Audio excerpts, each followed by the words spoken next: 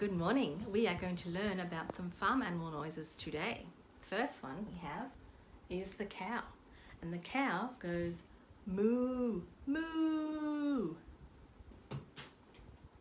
Next one we have is the rooster. And the rooster goes cock-a-doodle-doo. Then we have the sheep. And the sheep goes meh, meh. Then we have the horse. And the horse goes neigh, neigh.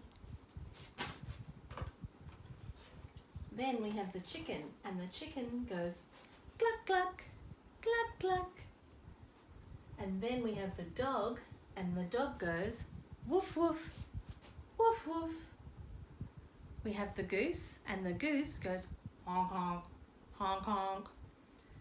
We have the goat, and the goat goes bleep, bleep, bleep, bleep.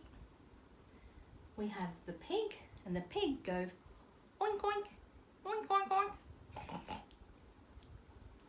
Then we have the rabbit, and the rabbit goes squeak, squeak, squeak, squeak, squeak.